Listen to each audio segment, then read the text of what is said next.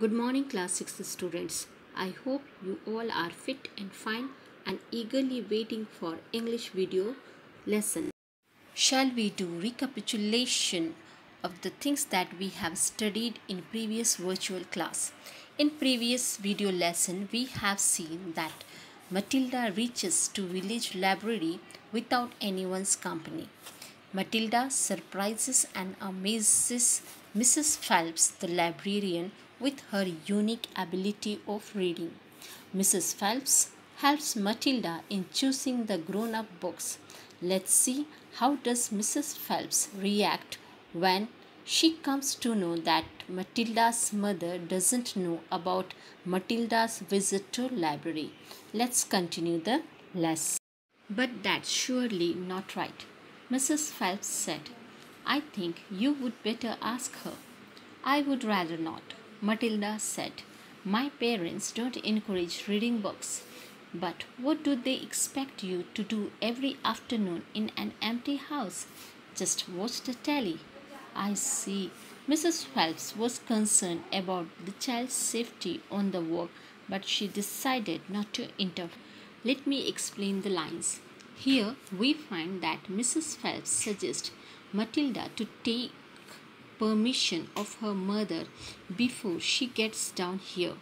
But Matilda denies her, saying that her parents do not encourage reading books.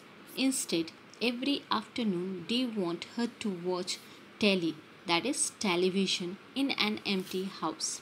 Though Mrs. Phelps, concerned about her safety on the walk, she decided not to interfere in this matter. Let's see what happens later. Within a week, Matilda had finished Great Expectation, which in that edition contained 411 pages. I loved it, she said to Mrs. Phelps. Has Mr. Dickens written any others? A great number, said the astounded Mrs. Phelps. Shall I choose you another? The above lines are quite simple and you can easily understand. Let me continue the reading.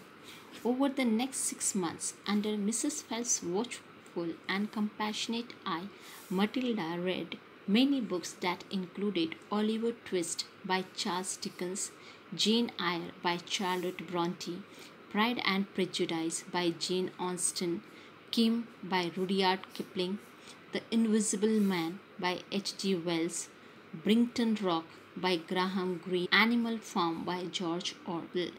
Here we find that under the careful and compassionate eyes, Matilda has read many books like Oliver Twist, Jane Eyre, Pride and Prejudice, Kim, The Invisible Man, Brington Rock, and Animal Farm.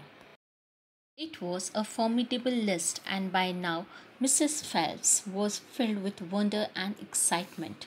But she did not allow herself to be completely carried away.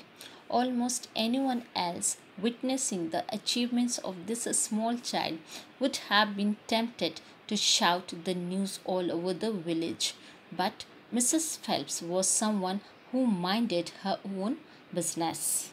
Here we find that Mrs. Phelps fills with wonder and excitement after seeing the impressive list of books that Matilda has read.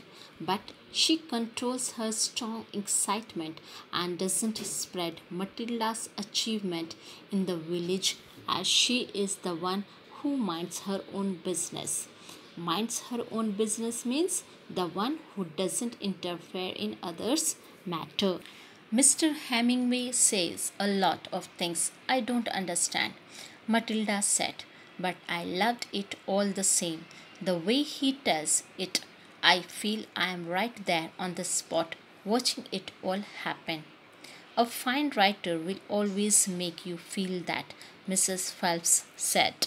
Let me explain these lines. Here we find Matilda and Mrs. Phelps' views about the book.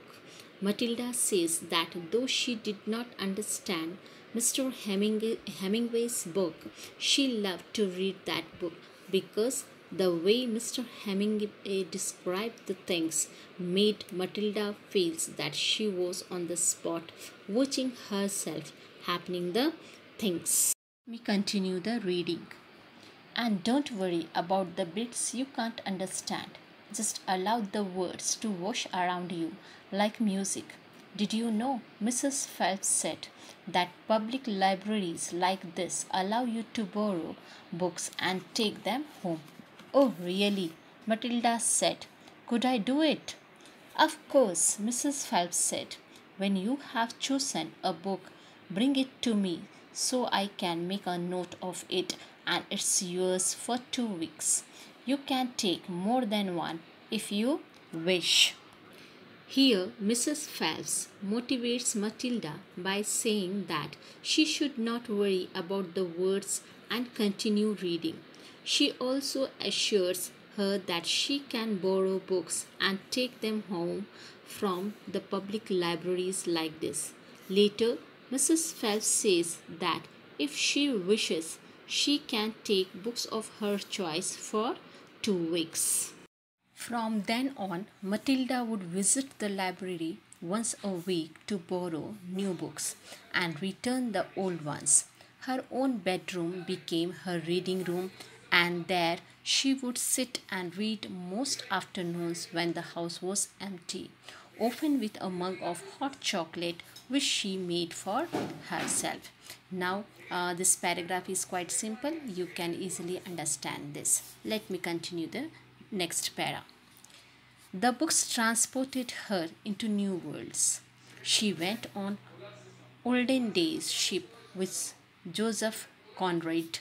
She went to Africa with Ernest Hemingway and to India with Rudyard Kipling.